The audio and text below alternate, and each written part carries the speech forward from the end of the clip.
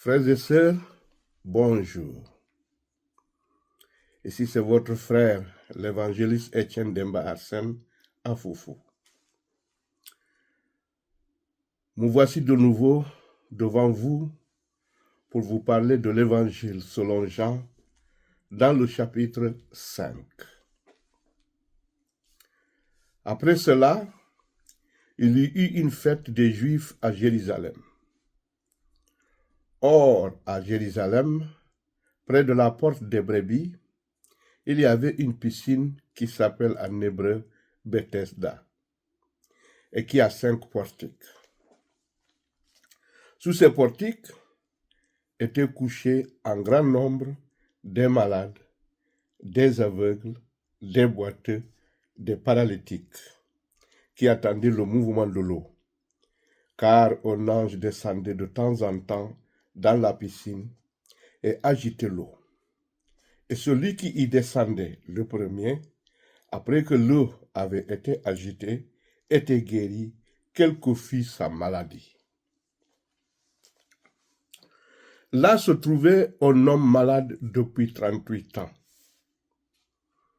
Jésus l'ayant vu couché, et sachant qu'il était malade depuis longtemps, lui dit, « Veux-tu être guéri ?»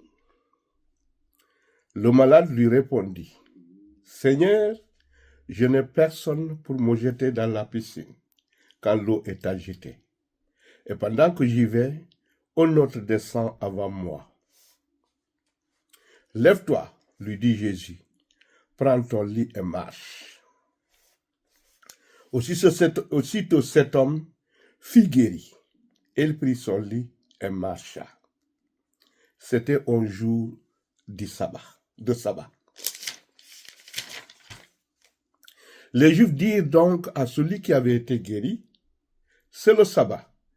Il ne t'est pas permis d'emporter ton lit. » Il leur répondit, « Celui qui m'a guéri m'a dit, « Prends ton lit et marche. » Ils lui demandèrent, « Qui est l'homme qui t'a dit, « Prends ton lit et marche ?» Mais celui qui avait été guéri ne savait pas qui c'était, car Jésus avait disparu de la foule qui était en ce lieu. Depuis, Jésus le trouva dans le temple et lui dit, « Voici, tu as été guéri, ne pêche plus, de peur qu'il ne t'arrive quelque chose de pire. » Donc, frères et sœurs, cela nous exhorte à persévérer dans la foi, à ne plus tomber dans la tentation, le péché étant guéri, mais de rester vigilant afin que notre situation de l'après-guérison ne devienne pire. Cet homme s'en alla et annonça aux Juifs que c'était Jésus qui l'avait guéri.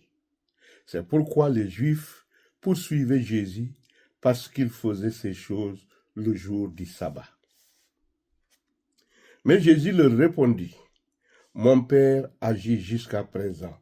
Moi aussi j'agis. » Qu'est-ce que Jésus voulait dire en disant cela? Il voulait justifier son action le jour du sabbat en affirmant son unité avec Dieu. Comme le Père continue de soutenir la création sans s'arrêter, le Fils agit aussi, affirmant sa divinité et son œuvre continue de salut et de miracle. La signification de « Mon Père agit jusqu'à présent », Jésus explique que Dieu n'est pas au repos, dans le sens d'une inactivité totale. Il continue de gouverner, de donner la vie et de faire miséricorde, même le 7e jour. La signification de « Moi aussi j'agis », il affirme qu'il travaille en parfaite harmonie avec le Père.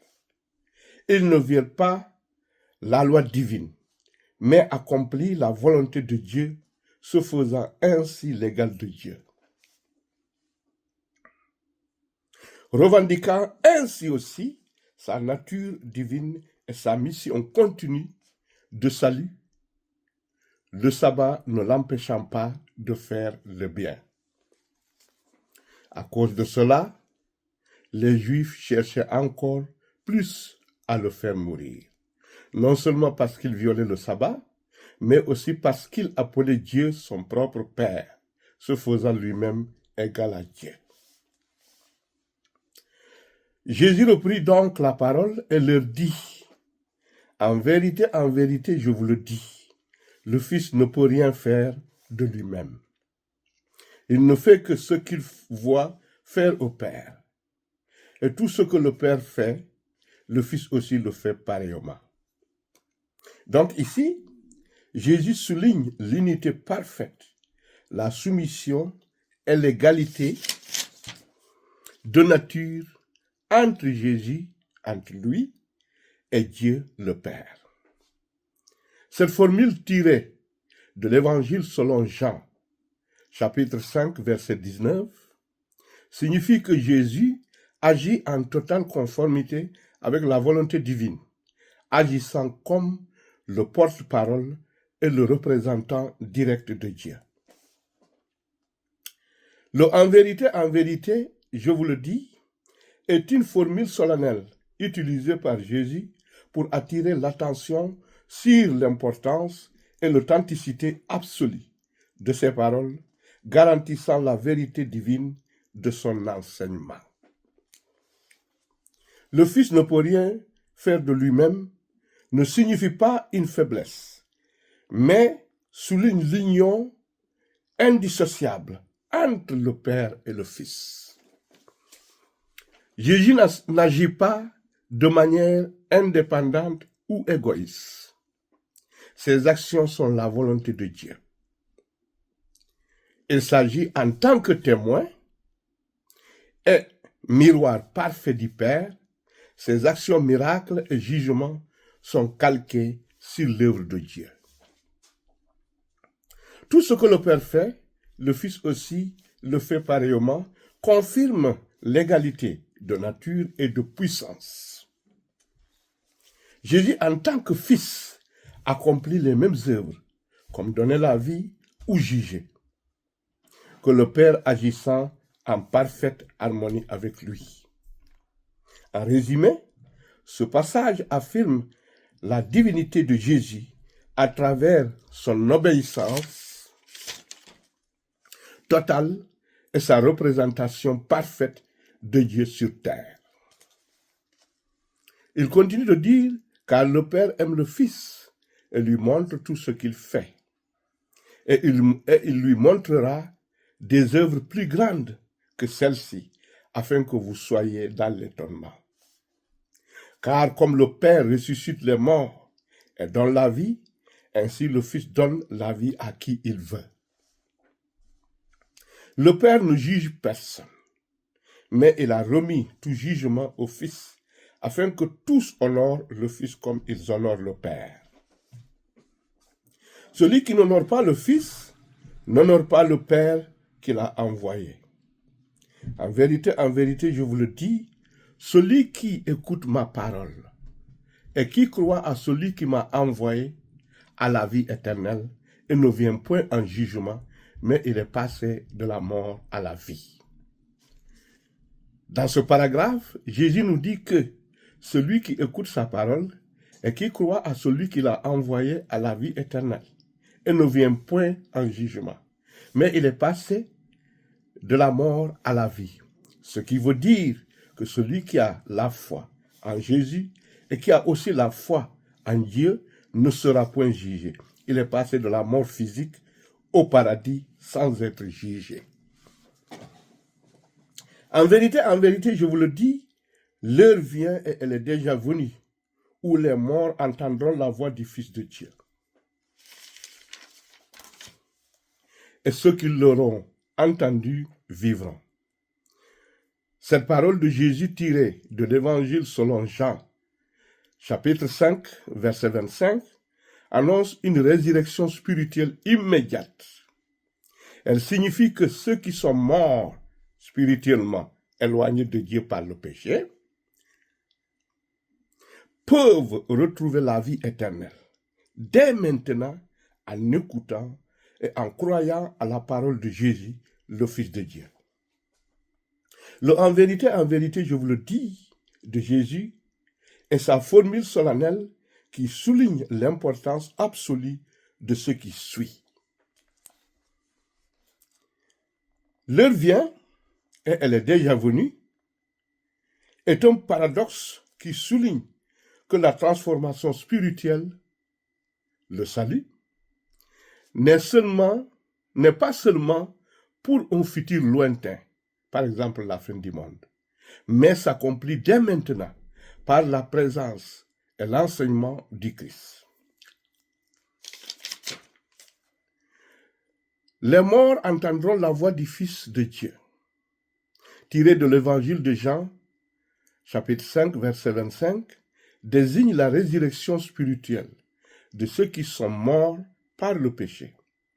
Elle symbolise l'appel du Christ à une nouvelle vie, permettant à ceux qui l'écoutent de quitter leur état de séparation d'avec Dieu pour la vie éternelle.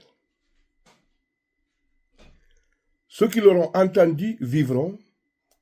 Cette référence biblique de Jean chapitre 5, du verset 25 au verset 28, signifie que l'écoute et l'acceptation de la parole divine apportent la vie spirituelle et éternelle, selon la doctrine chrétienne. Les morts spirituels pécheurs sont ressuscités à une nouvelle vie en comprenant et en suivant le Christ. En résumé, ce verset met en avant le pouvoir de vie du Fils de Dieu, qui permet à quiconque accepte son message de passer de la mort spirituelle à la vie éternelle ici-bas. Car comme le Père a la vie en lui-même, ainsi il a donné au Fils d'avoir la vie en lui-même. Et il lui a donné le pouvoir de juger parce qu'il est Fils de l'homme. Cette phrase tirée de l'évangile selon Jean, chapitre 5, verset 27, signifie que Jésus-Christ, en tant qu'incarnation divine, devenu homme, possède l'autorité déléguée par Dieu, le Père, pour juger l'humanité. Sa nature de Fils de l'homme, homme-Dieu, le rend légitime pour ce rôle de juge, car il est à la fois pleinement divin et solidaire à la condition humaine. Son pouvoir de juger signifie son autorité suprême de rendre la justice divine, de décider de la destinée finale des hommes, un attribut normalement réservé à Dieu. Fils de l'homme, ce titre désigne Jésus dans sa double nature. C'est le Messie qui s'associe au vieillard, Dieu, pour juger, mais aussi celui qui a vécu la fragilité humaine. Pourquoi? Parce qu'il est devenu homme. Il peut juger les hommes avec une parfaite compréhension de leur nature, tout en exerçant la justice divine. Et il lui a donné le pouvoir de juger, parce qu'il est Fils de l'homme. Ne vous étonnez pas de cela, car l'heure vient où tous ceux qui sont dans les sépulcres entendront sa voix et en sortiront. Ceux qui auront fait le bien ressusciteront pour la vie, mais ceux qui auront fait le mal ressusciteront pour le jugement. Je ne puis rien faire de moi-même. Selon que j'entends, je juge et mon jugement est juste, parce que je ne cherche pas ma volonté, mais la volonté de celui qui m'a envoyé. Si c'est moi qui rends témoignage de moi-même, mon témoignage n'est pas vrai. Il y en a un autre qui rend témoignage de moi. Et je sais que le témoignage qu'il rend de moi est vrai. Vous avez envoyé vers Jean et il a rendu témoignage à la vérité. Pour moi, ce n'est pas d'un homme que je reçois le témoignage, mais je dis ceci afin que vous soyez sauvés. Jean était la lampe qui brûle et qui luit, et vous avez voulu vous réjouir une heure à sa lumière. Moi, j'ai un témoignage plus grand que celui de Jean, car les œuvres que le Père m'a données d'accomplir, ces œuvres même que je fais, témoignage de moi que c'est le Père qui m'a envoyé. Et le Père qui m'a envoyé a rendu lui-même témoignage de moi. Vous n'avez jamais entendu sa voix. Vous n'avez point vu sa face. Et sa parole ne demeure point en vous. Parce que vous ne croyez pas à celui qui m'a envoyé. Vous sondez les Écritures parce que vous pensez avoir en elles la vie éternelle. Ce sont elles qui rendent témoignage de moi. Et vous ne voulez pas venir à moi pour avoir la vie. Dans ces deux paragraphes, Jésus voulait dire que les hommes cherchent à connaître les Écritures pensant avoir en elles la vie éternelle, alors que les Écritures elles-mêmes témoignent de lui. Et en même temps, les hommes qui cherchent à connaître les Écritures ne veulent pas croire en Jésus pour avoir la vie. Je ne tire pas ma gloire des hommes. Dans cette phrase, Jésus voulait faire savoir qu'il ne cherchait pas la reconnaissance, les éloges ou la validation d'autrui pour sa valeur ou ses actions. Cela signifie qu'il n'était pas en train de se vanter ni de rechercher la réputation. Et cela aussi souligne son humilité et sa confiance en Dieu plutôt que avoir l'approbation humaine. Mais je sais que vous n'avez point en vous l'amour de Dieu. Je suis venu au nom de mon Père et vous ne me recevez pas. Si un autre vient à son propre nom, vous le recevez. Comment pourrez-vous croire, vous qui tirez votre gloire les uns des autres et qui ne cherchez point la gloire qui vient de Dieu seul? Il voulait dire ici que les hommes cherchent leur prestige des hommes eux-mêmes, au lieu de chercher le seul prestige qui vient de Dieu. Ne pensez pas que moi, je vous accuserai devant le Père. Celui qui vous accuse, c'est Moïse, en qui vous avez mis votre espérance. Donc Jésus, ici, il parle des Hébreux qui ne veulent pas venir à Jésus, mais croient encore à leur coutume, à Moïse qui les a enseignés, qui a même parlé de Jésus, mais eux, ils sont toujours à Moïse. Car si vous croyez Moïse, vous me croiriez aussi, parce qu'il a écrit de moi. Mais si vous ne croyez pas à ses écrits, comment croiriez-vous à mes paroles? Frères et sœurs, ici s'arrête aujourd'hui mon message dans l'évangile de Jean, chapitre 5. Je vous salue au nom puissant de Jésus-Christ. Amen.